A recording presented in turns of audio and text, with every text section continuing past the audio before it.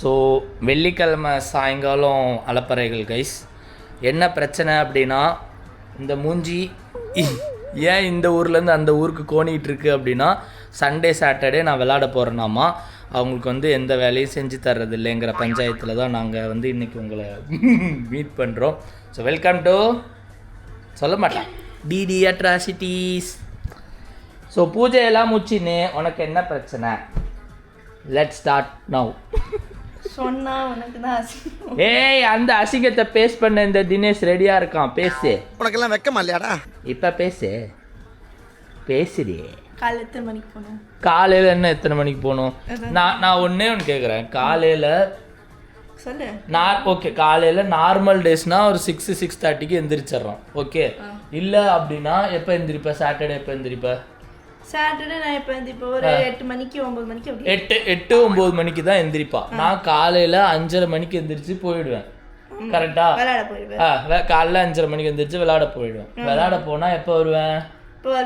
10:30க்கு. இப்பெல்லாம் சம்மர் தான், நாங்க சீக்கிரம் போறோம். 10:30க்கு வந்துருவேன். ஓகே, 10:30க்கு வந்துருவேன். இவன் எப்ப எந்திரிப்பா? 9 மணி.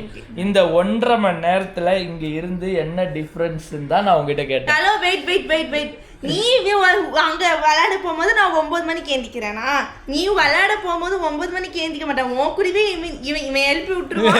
கம்பெனி சீக்கிரத்தை வெளியே சொல்லாதடா. இல்லைன்னா லாக் பண்றதுக்கு நான் இவன் கூடவே ஏஞ்சிருவேன். ஏஞ்சிட்டு நான் எனக்கு வந்து கிளாஸஸ் இருக்கு. அந்த எக்ஸசைஸ் கிளாஸ் அது 8:30 மணிக்கு அவங்க ஸ்டார்ட் பண்ணிடுவாங்க. அதனாலயே நான் வந்து 6 மணிக்கு ஏஞ்சிட்டு நான் எனக்கு இதெல்லாம் செஞ்சு வச்சிருவேன். சப்பாத்தி வந்து நாங்கள் மாவு பசஞ்சு வச்சிருவேன். கிளாஸ் முடிஞ்ச உடனே வரதுக்கு இவனுக்கு கரெக்டா இருக்கு. நான் போட்டுருவோம், கரெக்டா இருக்கும். இவ்வளவு கரெக்டா இருக்குங்கிறவ நான் வந்ததுக்கு அப்புறம் தான் தோசை ஊத்துவா. நான் வந்து விளையாண்டு முடிஞ்சு வந்ததுக்கு அப்புறம் தான் சப்பாத்தி சுடுவா. ஏய், போய் பேசாத. Do you think you can hurt me? Do you think you can hurt me? Oda. Chapati வந்து நானும் ஒரு 2-3 போட்டு வச்சிருவேன். ஏன்னா சரி நம்ம 3 அது வந்தோடனே கொஞ்சம் சாப்பிட்றதுக்காக. அதனால நானும் என்னால் போடுவேன். ஃபுல்லாகவே ஒரு 10, இவனுக்கு ஒரு 10, எனக்கு ஒரு 10, 20 நான் போட முடியுமா? அப்படிலாம் போட முடியாது. நமக்கு டைம் இருக்கும் போது தான் நான் அது போட்டு வச்சுப்பேன். கிளாஸ் முடிஞ்ச உடனே நான் ஸ்பெஷல் நான் செஞ்சு வச்சிருவேன். எப்படி செஞ்சு வச்சிருவோன்னே குளிச்சுட்டு வந்து டீயை குடிச்சிட்டு அதுக்கப்புறமா சாப்பிட்றதுக்கு கரெக்டாக இருக்கும். நாங்கள் சாப்பிட்ருவோம். நான் செஞ்சு வைக்காம அப்படியே நான் அப்படியே இருந்துட்டு இல்லை. இவன் நான் வந்து எல்லாமே செஞ்சு அப்படி சொல்லல. நான் நிஜமாவே நான் அப்படி சொல்லலடி. நான் என்னோட கேள்வி ரொம்ப சிம்பிள். இவன் வீட்டில் இருந்தா நாங்க 2 பேருமே ஏஞ்சிக்கிறது டைம் வந்து 9 மணி. இவன் வந்து அந்த கிரிக்கெட்டுக்கு போறதுனால அதே வாயில வரலையா உனக்கு? வராது எனக்கு. போறதுனால எனக்கு வந்து 6 மணிக்கு ஏஞ்சிருவேன். அவ்வளவுதான். ஏன்னா அது செஞ்சு வைக்கிறதுக்கு கரெக்டா இருக்கும் அப்படின்னுக்காக நான் 6 மணிக்கு ஏஞ்சிருவேன். நான் எல்லாம் செஞ்சுதான் வச்சிருக்கேன். இதுக்கு முன்னாடி போவேன், அவுட் ஆவேன், வந்துருவேன். இப்ப ஜெயிச்சுட்டு 2 மேட்ச் போன வாரம் 2 மேட்ச் சேர்ந்தாப்புல ஜெயிச்சிருக்கிறோம். என்னடா சொல்ற? என்னால நம்ப முடியலையே. இதுக்கு முன்னாடிலாம் இந்த விவேக் இவங்க சொல்ற மாதிரி, கோவிஸ் எல்லாம் சொல்ற மாதிரி 4 பந்தி விட்டு 5வது பந்திக்கு தான் போவேன், 2 பால் அவுட் ஆயிடுவேன். இப்ப என் ஃப்ரெண்ட்ஸுக்கும் சண்டை முட்டுற மாதிரி இப்ப வெளியே எடுத்து வச்சிருக்கேன். அப்படி கிடையாது. உண்மை. எல்லாரும் அவங்க வீட்டுல இப்ப என்ன கார்த்தி அடி வாங்காம இருக்கிறாரு. வெளியே பப்ளிக்கா போடல. நான் வரேன். வந்த உடனே ஃபர்ஸ்ட் கேள்வி என்னன்னா, நாளைக்கு விளையாட போறியா? ஆண்டி விளையாட போறேன். ஓ, அப்ப சண்டே விளையாட போறியா?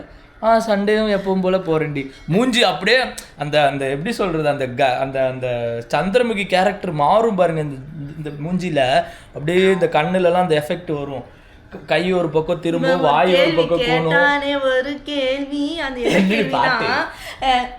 நான் வீட்டுல இருந்தா மட்டும் நீ என்ன பண்ணிடுவ அப்படின்னு ஒரு கேள்வி கேட்டுட்டான். அதனால நான் வந்து இவன் வீட்டுல இருக்கானோ இல்லையோ நான் என்னோட கன்சிஸ்டன்சியை ஃபாலோ. இவன் வந்து கிரிக்கெட்லாம் முடிச்சுட்டு வந்துட்டு உட்காந்து சாப்பிட்டுட்டு அதுக்கப்புறமா உட்காந்துருப்பான் சோஃபால ராஜபகதூர் சாஸ்திரி மாதிரி இப்படி உட்காந்துட்டு கால் மேல கால் வர போட்டுட்டு டிவி போட்டு சோட்டா பீம் தலையை வாட்டி விட்டுட்டு அதுக்கப்புறமா கொஞ்ச நேரம் போன் பாப்பான். 10 நிமிஷம் பார்த்துட்டு அப்படியே தூக்கம் வரும். அப்படியே அப்புறம் தூங்கிட்டு இவனுக்கு வந்து இருட்டா இருந்தாதான் இவங்க வந்து தூங்குவாங்க அமைச்சு, இல்லைன்னா ஏஞ்சிருவாங்க. நான் இவனை தூங்கிட்டு 1 மணி நேரம் கழிச்சு மதியானத்துக்கு ஏதாவது நான் சாப்பாடு செய்வேன். அதுல மிக்சியோட பாப்பா சத்து வருது அப்படின்பா. சோத்திரையும் அடி வாங்கியாச்சு, சேத்திரையும் அடி வாங்கியாச்சு. சரி செஞ்சு வச்சுட்டா இவன் ஏஞ்சிக்கிட்டு சாப்பிட்றதுக்கு கரெக்டாக இருக்கும் அப்படின்னுக்காக நான் செஞ்சு வச்சுட்டு பார்த்தா மணி பார்த்தா 2:30-3 மணி இருக்கும். சரிடா நீ இன்னும் கேட்கவே இல்லை. நான் வாக்கிங் போயிட்டேன்னா இருக்கிறது ஒரு நாள் நான் கிரிக்கெட் போயிட்டு வந்தேன், நீ இப்பவும் வாக்கிங் போகணும்னு நினைக்கிறியே பாப்பா. அப்படிலாம் ஒழுக்கு இது ரொம்பவே தப்பான குற்றச்சாட்டு. நான் அப்படி சொல்லவே கிடையாது. இப்போ கிட்ட அப்படி பிச்சு கூட போய் பேசுனீங்கன்னா சண்டேவும் அப்படிதான் உட்காந்துருவேன். அது சண்டே என்ன டைம்ல தான் சிஎஸ்கே மேட்ச் எல்லாம் வரும், அதை பார்க்கணும். வெளியவும் கூட்டிட்டு போக மாட்டான், உட்காந்துருக்கணும். போன வாரம் உனக்காக நான் மேட்சை விட்டுட்டு உன் கூட வந்து கிஃப்ட் வாங்க வரல. அது அந்த அக்கா வந்து மாசமா இருந்தாங்க, ஃபங்க்ஷன் வந்துச்சு போச்சு. அதுக்கு முந்தின வாரம் வெளியே போல. இப்படிலாம் பண்ணும்போது சரி இவன் இருக்கிற ஒரு நாள் இவன் ஃப்ரெண்ட்ஸ் கூட இருக்கட்டும், அவன் தூங்கட்டும் அப்படின்னு எனக்கு அந்த டைம் போயிடும்.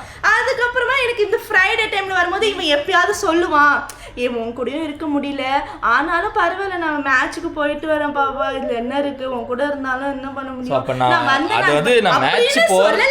நான் மேட்ச் போறதெல்லாம் கரெக்ட் தான். அந்த விஷயத்தை எக்ஸிக்யூட் பண்ணவே தான் தப்பு போல. வந்த உடனே காலில் விழுந்து விட்டான் ஐயான்னு மாதிரி உளுந்துருக்கணும். இது கொஞ்சம் எகத்தாளமாக பேசிட்டேன், வச்சு செய்யன்னு செஞ்சுட்டு இருக்கிறார். இப்போ என்ன பண்றதுன்னு தெரியல. என்ன பண்ணிடுவேன், என்ன கேன்சல் பண்ணிடுவியா? கேன்சல் எப்படி பண்றது? இல்லடி இங்க இருந்து 40 கிலோமீட்டர் மாஞ்சிட்டு போவானா, அங்க தவளக்கா குட்டி போட்ட மாதிரி அப்படியே உட்கார்ந்திருப்பானா அப்படியே. அதுக்கப்புறம் லாஸ்ட்ல தான் இவன் விளையாட விடுவாங்களா. நான் இல்லை அங்கே பேர் சம்மர்னால நிறைய பேர் வராங்க. 12 என்னடி தூக்கிலாம் போடுற 12-13 பேர் வருவாங்கடி. மாறி மாறி நாங்கள் வந்து விளாண்டுப்போம். ஸோ டயர்டாக மாட்டேன். வீட்டுக்கு வந்ததுக்கப்புறமும் உனக்கு வந்து நான் வேலை செய்வேன். இப்படி சொல்லிடுவாங்க. இப்படி சொல்லிட்டு பர்மிஷன்லாம் வாங்கிடுவான். வரும்போதே நல்ல ஃபேண்டெல்லாம் அழுக்கு வாங்கிட்டு எங்கேயா வச்சுட்டு இப்படி வருவான். கால் வலிக்குது அப்படின்பான். இவன் சரி சொல்லும் போது நமக்கு பாவமாக இருக்கு, என்னதான் நான் இப்படி பேசிட்டாலும் பார்க்கும்போது பாவமாக இருக்கும். சரிடா தூங்கு அப்படின்னு சொல்லிட்டு தூங்க வச்சிருவேன். இவங்க வந்து தாலாட்டி சீராட்டி தூங்க வச்சாதான் தூங்குவாங்க அம்மச்சி. அதனால வச்சு அதுக்கப்புறமா என்ன பண்ண முடியும், அந்த நாளே வேஸ்டா போயிடும். நான் என்னதான் பண்றது தெரியல. அதனால அந்த கோபத்தை நான் எக்ஸ்பிரஸ் பண்றேன். வீடியோ எடுத்துக்கான், உங்களுக்கு தெரிஞ்சு போச்சு, நான் என்ன பண்றது. இதுதான் உண்மை. ஒவ்வொரு வாரமும் நான் மட்டும் கிடையாது, என் நண்பர்கள் எல்லாருமே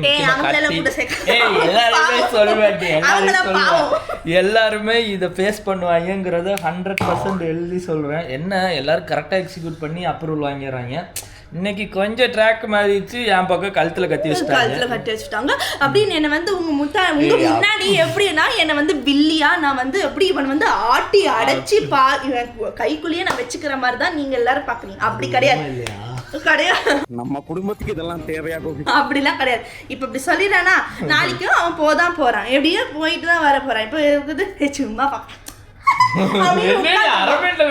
இப்படிதான் நீ பண்ணுவ. போன் எடுத்து வச்சுட்டு போனை பார்த்துட்டு இருப்பான், அவ்வளவுதான். அதுதாங்க இவனோட டியூட்டியே. இவன் வந்து கிடையாது. என்ன சொல்றதுல நான் வந்து போயிட்டு வந்துட்டு உனக்கு வீக்கெண்ட்ல எல்லாம் உனக்கு வந்து நான் வந்து மத்தியானம் கடையில வாங்கி தருவேன். கடையில டயட்ல இருக்கும்போது நான் கடையில வாங்கி என்னங்க பண்ண முடியும், நானும் என்னதான் பண்றது. நாளைக்கு நான் உனக்கு சமைச்சு போடுறேன் சரியா? என் டயட்டை உங்களுக்கு உலக மத்தியில சொன்னானே இவன் பண்ணிட்டு இருக்கான். என்னடி இவன் ஒருத்திய வச்சிட்டு இருக்காங்கிற மாதிரி சொல்ற. அப்பெல்லாம் ஒண்ணும் கிடையாது. ஏய் அப்பெல்லாம் ஒண்ணும் கிடையாது. இவன் ஜிம்ல தான் சொல்ல வேண்டாம், நீ என்ன மட்டும் இப்படி பண்றான். இவன் ஜிம்ல சேர்ந்திருக்கான். அதுக்கப்புறம் இவனுக்கு முட்டை இதெல்லாம் வேக வச்சு தரணுமா, அதுக்கு வந்து அதுக்கு வந்து என்ன வந்து இது என்னையும் தான் பாட பார்த்தேன். இது வந்து ரீல் வந்து இது வீடியோ வரதுக்கு முன்னாடி ரீல் வந்துடும் நினைக்கிறேன், நாளைக்கு இல்லை நாளைக்கு. அதில் பாருங்க உங்களுக்கு தெரியும். அப்படிலாம் ஒன்றும் கிடையாது. ஹெல்த்தி கப்பிள்ஸாக இருக்கல எந்த பிரச்சனையும் கிடையாது. ஸோ என்ன மாதிரி பர்மிஷன் என்னத்தை பார்த்தீங்க, என்ன உங்களுக்கு புரிஞ்சுது அப்படின்னு அவங்களுக்கு நல்லாவே புரிஞ்சிருக்கும். அது என்னை மாதிரி ஆளுங்களுக்கு நல்லா அனுபவப்பட்ட நம்மளை மாதிரி ஒருத்தர் தான் எங்கேயோ வாங்கியிருக்கான்னு நினச்சிருப்பாங்க, வேற ஒன்றும் இல்லை. ஸோ என்னை மாதிரியே கஷ்டப்பட்டு அப்ரூவல் வாங்கி வீக்கெண்டில் விளையாட போகிற எல்லாருக்கும் இந்த வீடியோ சமர்ப்பணம். என்கிட்ட வந்து கேட்கல, நான் சாட்டர்டே சண்டே போட்டுமா, அப்ரூவல்னா என்னது இந்த மாதிரி போட்டுமா அப்படின்னு என்கிட்ட வந்து இன்ஃபர்மேஷன் கூட இல்லை, எனக்கு வந்து சொல்கிறான் போயிட்டு வரேன். Question and answer. நீ கொஸ்டின் பண்ணா நான் ஆன்சர் பண்ணேன். இது என்ன தப்பு இருக்கு? இதுக்கு நீங்க வந்து அப்ரூவல் தான் புரிஞ்சு போச்சு. இவங்க டெக்னிக் என்னங்கிறது தெரிஞ்சு போச்சு மக்களே. ஹஸ்பண்டாக பிறந்த எல்லாரும் தயவு செஞ்சு பொண்டாட்டிங்கள்ட்ட வெளியே போகணும் கிரிக்கெட்டுக்கு அப்படின்னா காலையில் விழுந்து விடுங்கள், வேற வழியே கிடையாது. இல்லைன்னா என்னை மாதிரி கொஞ்சம் கஷ்டப்பட்டு சமாதானப்படுத்தியாவது போங்க. எல்லாம் அதான் உங்களுக்கு தெரியும், அதனால தான் போறாங்க. இத்துடன் இந்த அலப்பறை விடை முடிவடைகிறது. மேடம் இருந்து விடைபெறுவது ஹாப்பியான தினேஷ், சேடான தியூ. எப்படியா கிரிக்கெட் போயிருக்க மக்களை? வீடியோ பாருங்க. நேர்மை, நீதி, நியாயம் ஜெயிச்சது.